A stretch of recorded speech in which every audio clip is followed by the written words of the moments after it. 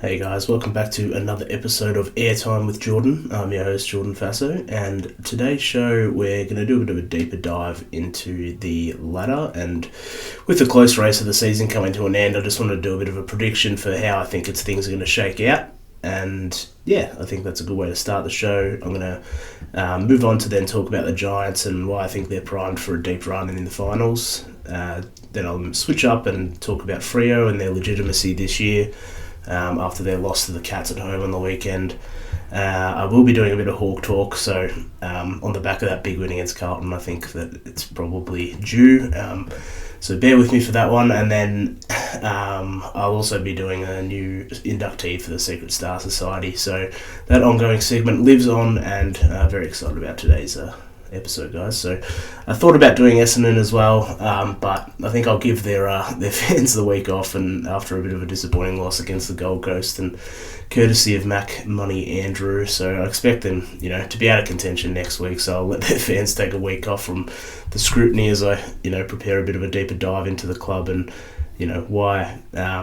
What some of the issues are, I guess, beyond the mental side of things, which are, pretty apparent with this club right now. So let's kick it off with the predictor segment. So, courtesy of the AFL's ladder predictor, I've just gone through some of the fixtures for the last two rounds, and with the run home as close as it's ever been in years, if not ever. Just wanted to see where we stack up and where I predict things will come at the end of round 24. So, mind you, I've just giving everyone the same winning margin, which means the percentage will still be a factor here. But I think that given the 8 that I've selected, it will come down to points anyway and not percentage for who makes the 8, not necessarily the order of it. But yeah, let's get stuck into it. So finishing in first, much surprise for everyone, will be Sydney. I think probably expect them to win their last two against Essendon and Adelaide. So feel pretty comfortable with them on top. GWS will finish second, I believe, with the last two against Freo and the Bulldogs, who I think, it's a pretty tough run, but I think the way that they're playing at the moment, they're capable of beating both. I think they're probably the team playing, if not the best footy, definitely better than those two right now, given the Dogs fall away on the weekend. But yeah, then I got third. I've got Geelong and I've tipped Geelong to come third, so they've got a pretty easy run home, St Kilda and West Coast, so the same run home as Carlton as well. I think Geelong will probably handle those two quite comfortably. Brisbane have Collingwood and Essendon, so a little bit of a challenge for them. I've tipped them to come fourth in the end here. Port, I've tipped to come fifth. They've got Adelaide and Freo in the last 2 weeks. I reckon they'll get over the line against Adelaide, but they might struggle against Freo away at Optus Stadium. So that's one for them. And then I think the Hawks might end up finishing sixth here, with the end of the season for them is pretty convenient. We've got Richmond and North, so as long as they handle business, should be in a pretty good spot. I think Carlton, I still think will make the 8, and I've got them penned in for 7th here. So they've got the Eagles and the Saints in the last 2 weeks. I know they've got a lot of injuries, but I'd be shocked if they don't win both of those games, which gives them a pretty good chance still. I think Freo will sneak into the 8 here, and with a loss this week against GWS, and then I'm tipping them to beat Port at home in the last round to sneak in there. And then I know I've been high on the Doggies, but they really couldn't afford to lose that game against Adelaide on the weekend, and with the way that the Giants are playing, who the Dogs play in the last round, I don't think they're going to beat them. I think the Dogs will definitely beat North this week, I'd imagine, and then they've got GWS out at Ballarat in the last round. So I think that, I'm tipping them to miss the finals on points. So Freo can thank their draw earlier in the year, so they'll sneak in by 2 points over them, so the percentage won't be a factor. But obviously anything can happen. But just to round that out, I've got Sydney, GWS, Geelong, Brisbane, Port, Hawthorn, Carlton, Freo, and then the Doggies at 9th.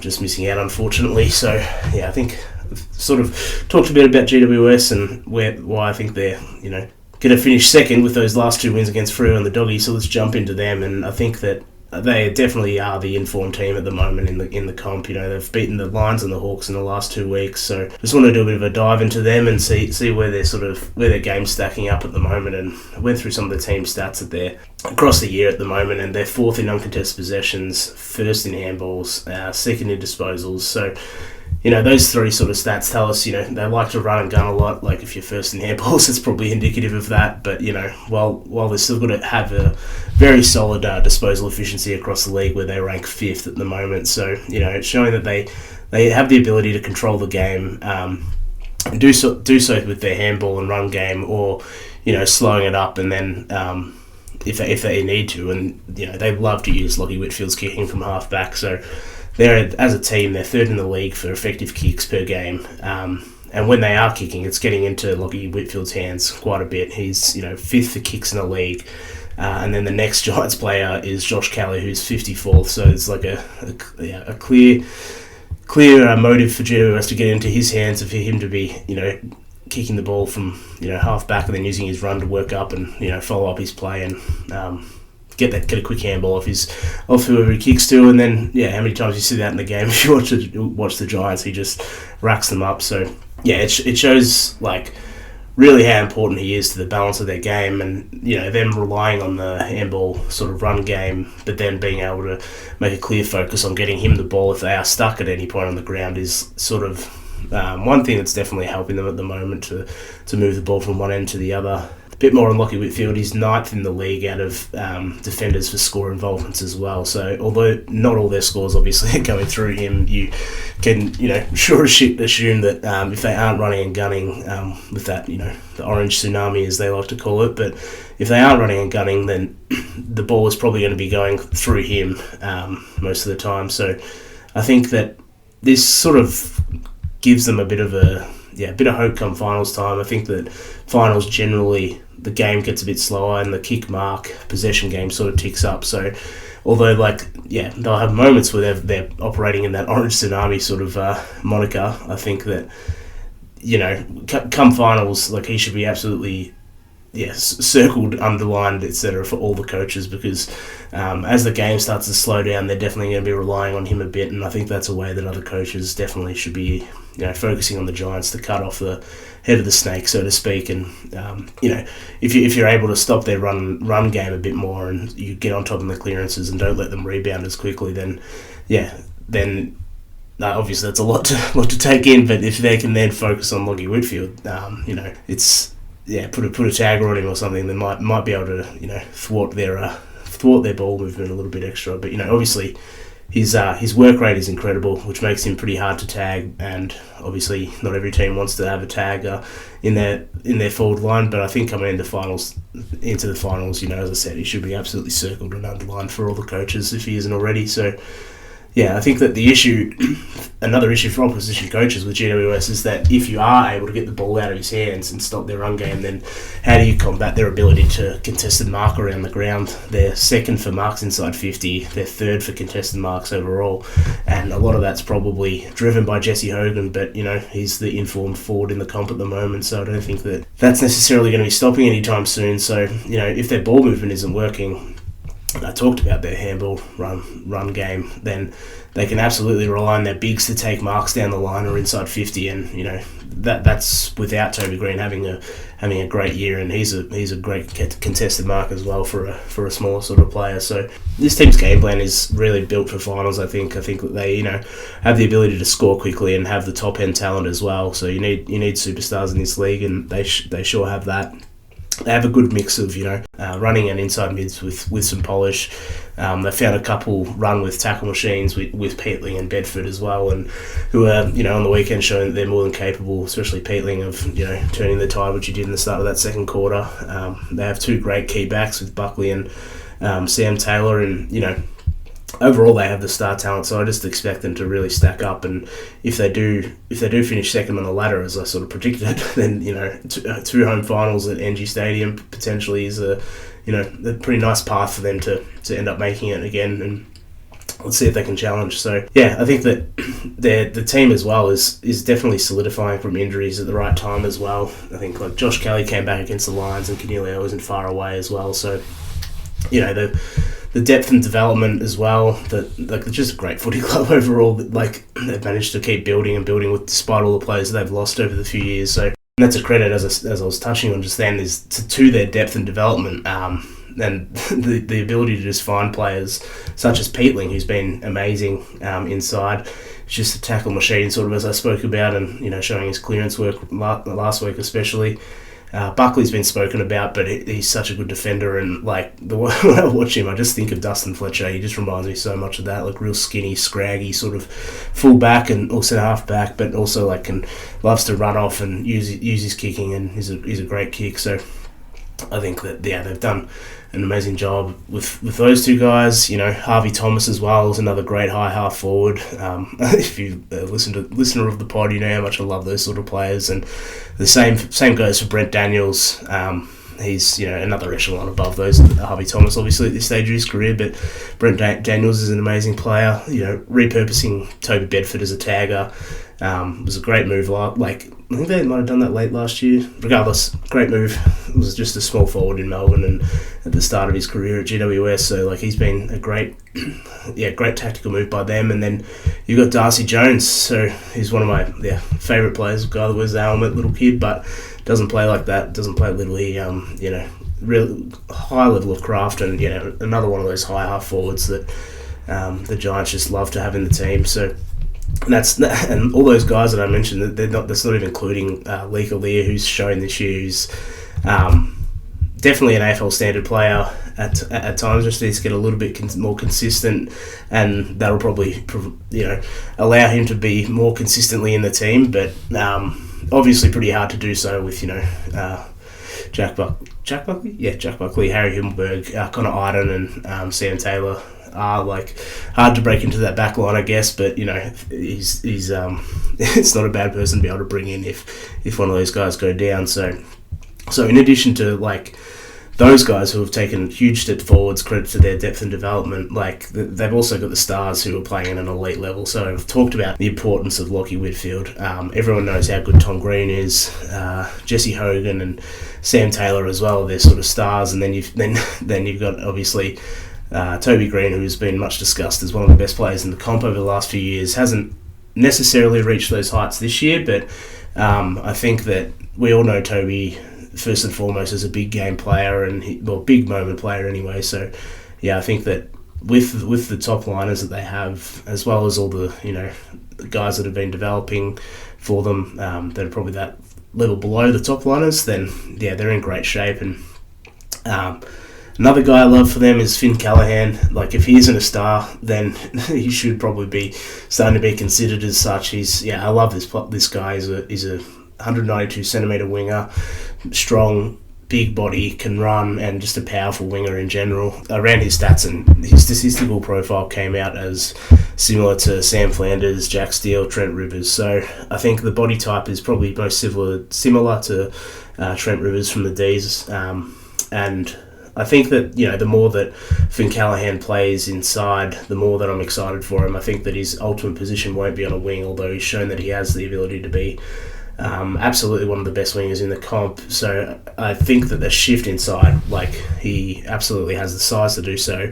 It'll just be a matter to see how his quick decision making progresses. If he is a bit more of a centre bounce mid, but.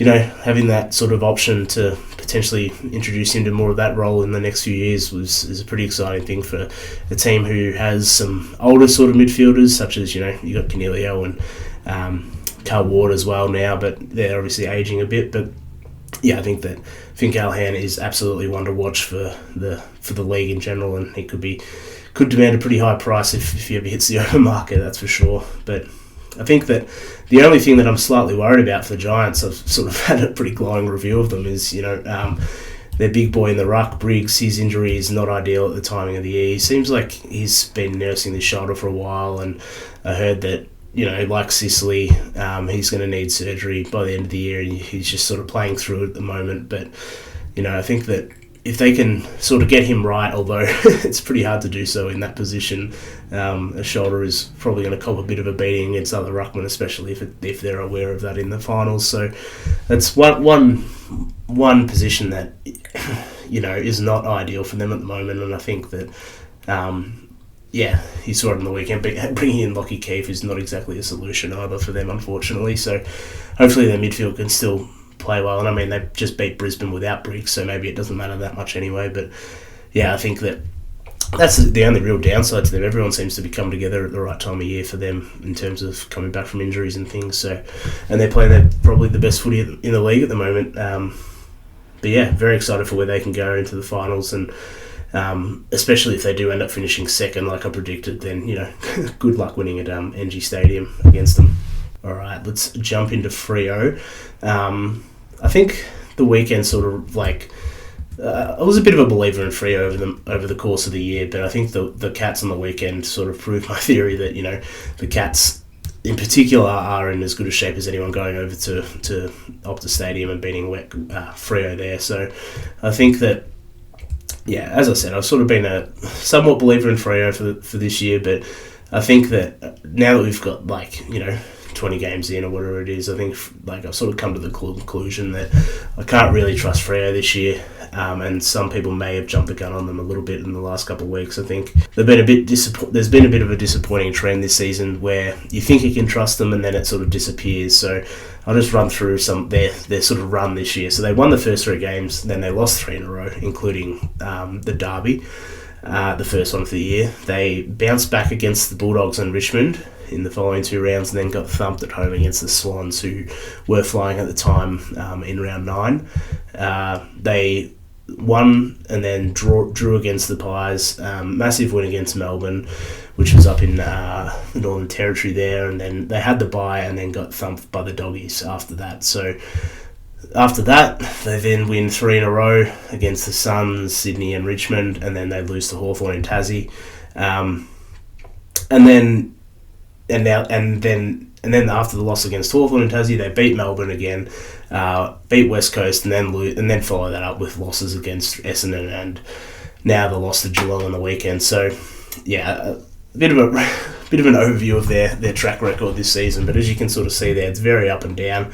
I think the timing of these 2 losses just means that, as I said, I can't really trust them. They've been relatively consistent in their performances. They've smashed a few teams and have had a lot of close games, only really gotten smashed once or twice themselves. But, losing to Essendon by a point, the way they did at the G, allowing Zach Merritt a free run out of the centre on his left-hand side, and, basically giving the game away there, and then to lose at home against the Cats after a disappointing loss against Essendon is just a bit of a worry for me.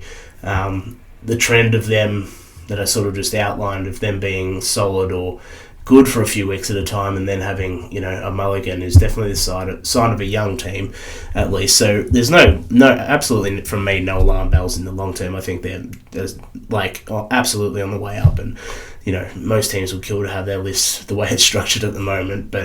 It's absolutely always not lost. I'm just saying for this season, I don't think I can necessarily trust them.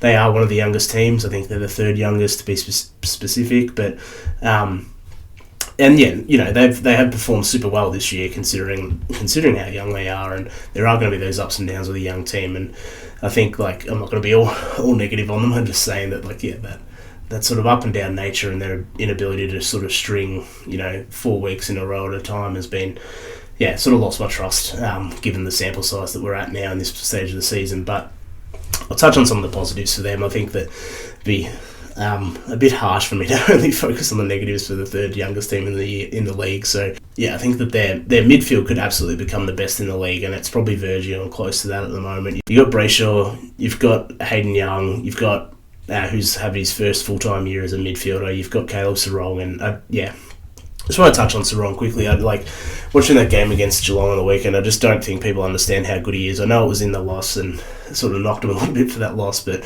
if no one's aware, his statistical profile for the year puts him in the same echelon as some of the best players in the comp. Again, across this tool that I'm using that I built, that across all the statistics and at least 8 matching categories within plus or minus 5%, Caleb Sarong comes out in the same sort of tier or statistical profile as Zach Butters, Adam Treloar, Marcus Bontempelli, Matt Rao, Nick Dacos and Lachie Neale. So if there was any dispute about who Freo's best player is, I think it's probably over. And, I think the rest of the comp is definitely on notice with this midfield, and that's before you even mention the 2 elite or near elite ruckmen in Darcy, Sean Darcy and Luke Jackson as well. So having 3 absolute gun midfielders and then 2 ruckmen who are going to give them good service or help them out around the ground, in more so in Luke Jackson's case, more so than, they're looking very good. And that's not even mentioning the 2-time Brownlow medalist Nat Fyfe, who obviously is on the in the later stages of his career. But I was watching on the weekend, and there's a kid named Matthew Johnson who showed a lot of promise. And showed a lot on the weekend. I thought he's a 193 centimetre mid in his third year now, and I think he adds that point of difference to Brayshaw and Sarong, who in particular are not the largest midfielders. You've got Hayden Young, I guess, who's 189 centimetres, but having another body in there at a similar height to Fyfe, who, as I was sort of saying, is on his last year, coming into his last years, if not, he's very close. And so I think that this Matthew Johnson kid is a very, very nice piece to be able to transition into the midfield full time after his departure. So after Fyfe's departure, that is. So I think that that's before I even touch on any of their back line, any players in their back line or forward line who have shown a lot. And I think that they're still in the box seat for finals this year. I don't think they're going to miss out. But in terms of actually making any noise in the finals, I just don't think I can necessarily trust them. They haven't, as I said, really shown an ability to string together a 4-week stretch, which is sort of what you need in the finals. So, especially with all the competitive teams in the 8 this year. So if they, I think if they get an away final, it's probably over for them. But Freo fans, despite some of the worries about this year, should definitely be excited for what's to come, and hopefully next year is the year for them. Win that first premiership that has been so elusive for them at the moment. But hopefully send Fyfe out in the right way, and would be kind of make up a little bit for not being able to send Pav out the right way with a premiership. But I think that they're looking very good. Their future is very bright, but just don't think this is the year for them. Sort of similar to what I talked about with Essendon a few weeks ago, where I thought that this year wasn't their year, but maybe in the coming years. But I think I might have to rethink that Essendon one as well. But very, very bullish on Freo and what they can become. So going on from the third youngest team in the league to the second youngest, I'm going to be talking about the Hawks. So if anyone wants to tune out now, feel free, but I'm going to give them a bit of a wrap after their weekend against Carlton. So I was at the game, and I think that I could go on for a very, very long time about this team. But we'll save everyone from that. I'll try and keep it a bit shorter. But as I said, I was at the game yesterday, and it was just a cool moment as a fan when they finally got into the 8 on percentage, which I didn't really expect that going into the game was going to be a possibility, especially after the way the first quarter was played. It was a very cool moment as a fan. I think everyone around the ground has been on, as a Hawks fan, has been on this ride this year, and we fight to have the year that they've had, and then to finally make it into the 8 mid-game at the ground on percentage. It was fun, and everyone was just cheering when they realised what had happened. And after the horrendous start of the year, I don't think anyone had Hawthorn, beating Carlton by that much at this point in the year, let alone for them to get into the 8 off that win. So definitely one of the most fun seasons as a supporter, and I think most Hawk fans would definitely have to agree. And it's probably in terms of, I know it's still a long way to go, but even at this point in the year, I can comfortably say that as a Hawks fan. But I've talked a little bit about list management on the podcast, and that's definitely one of my interests in the footy world. So I just wanted to highlight one of the absolute best in the game, and that is Mark McKenzie of the Hawks. He's done an incredible job.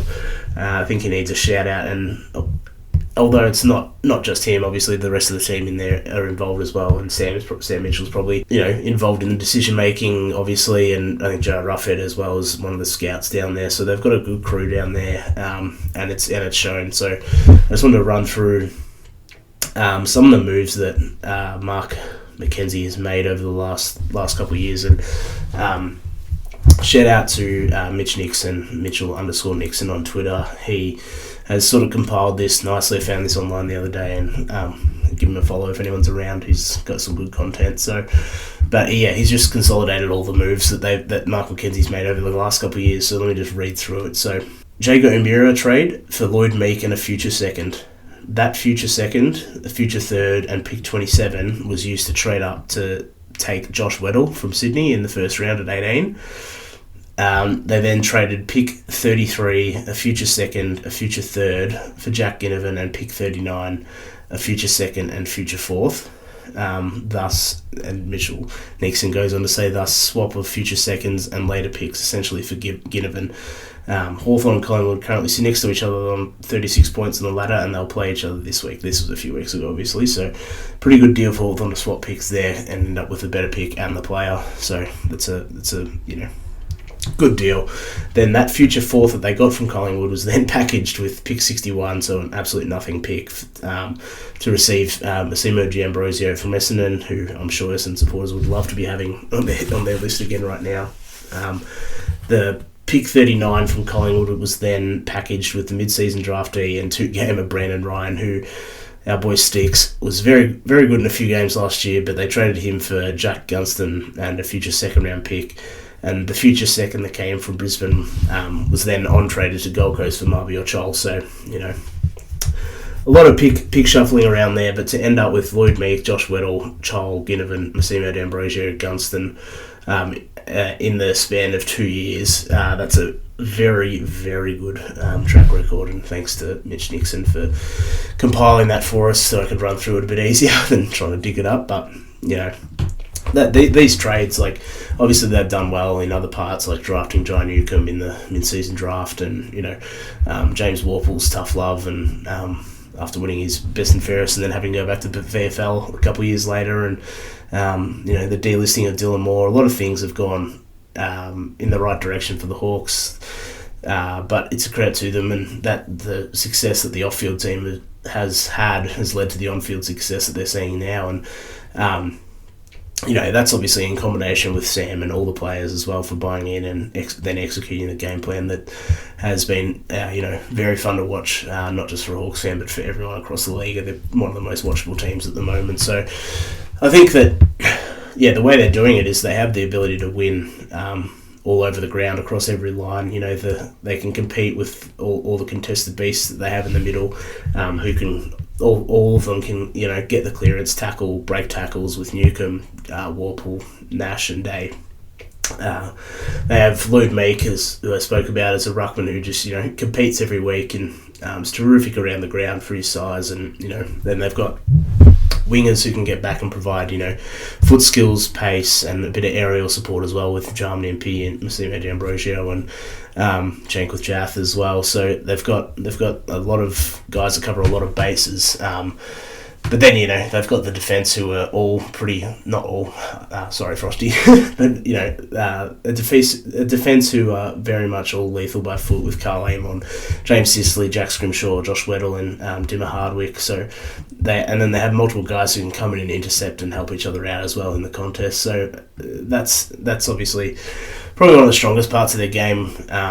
And not to mention like the forward line who create all sorts of pressure. So we've got Marbior and Colshadir who are very, very much high pressure act key forwards at the moment. And the Hawks in general have 6 in the league for tackles inside 50. So, they share the ball, and the small forwards do a great job of, filling up space around the ground when the wingers are sort of sinking back to help out that undersized back line a lot. And then they can sort of springboard forward, allowing them to, create and generate a bit of run into the space that they've created. And often they'll hold their deep forwards back, letting their high half forwards really get up the ground and then use their work ethic. Dylan Moore is absolutely the best example I can give for that. He just continues to amaze with his work ethic, getting up and back all the time. So that allows them as well, like those high half forwards, to spread more quickly than other forward lines. Having more Nick Watson, the Wiz, and Guinea as the higher half forwards, and then leaving Deer and Marby or deep, or Gunston, as we saw it a couple of times on the weekend as well. But I think not having a true key position player has ended up being, sort of a revelation for this team, and definitely down back at least. And, I can't really wait for finals if they do end up getting there. So, I think it's been a blessing in the end with, obviously not for James Blank, but they had to figure out a way that they can defend, and they've definitely done so this year. And a lot of that has been Sicily. So, Yeah, definitely not playing at his absolute best due to the shoulder injury. But on the weekend he was very close, and if he can get more confidence in that in the last 2 rounds, and even maybe give him a week off at the end of the year if we're feeling okay against North. But yeah, I can't express how good he's been for the Hawks this year, and his kicking is just amazing. Saw another one on the weekend where he just kicked it from like the center circle basically into a set up defense and just pinpointed a target. And I think it was D'Ambrosio that he kicked it to, but it was just an amazing kick. And hope he can stay healthy over the next few weeks and be a part of this finals run. The arrival of this Hawks team is definitely coming at a great time. Or the emergence, I should say, with all the players that they've been linked to as well over the course of the season. I'm sure they're going to continue to add to what's already a very talented group. So they've been linked, obviously, Barras and Josh Battle and Bailey Smith. So I think that even if they only get 1 or 2 of those guys, they probably don't even need Smith as much the way that the midfield's been playing at the moment. But I think if they can continue to add talent in this off-season and sort of consolidate the list a little bit, then I think that the sky is absolutely the limit for this group, which, let me remind you, is the second youngest team in the league. And speaking of the young stars at Hawthorn, I just wanted to start this week's, induct him into this as this week's Secret Star Society member. And you all thought I was done with the Hawk talk. Well, think again.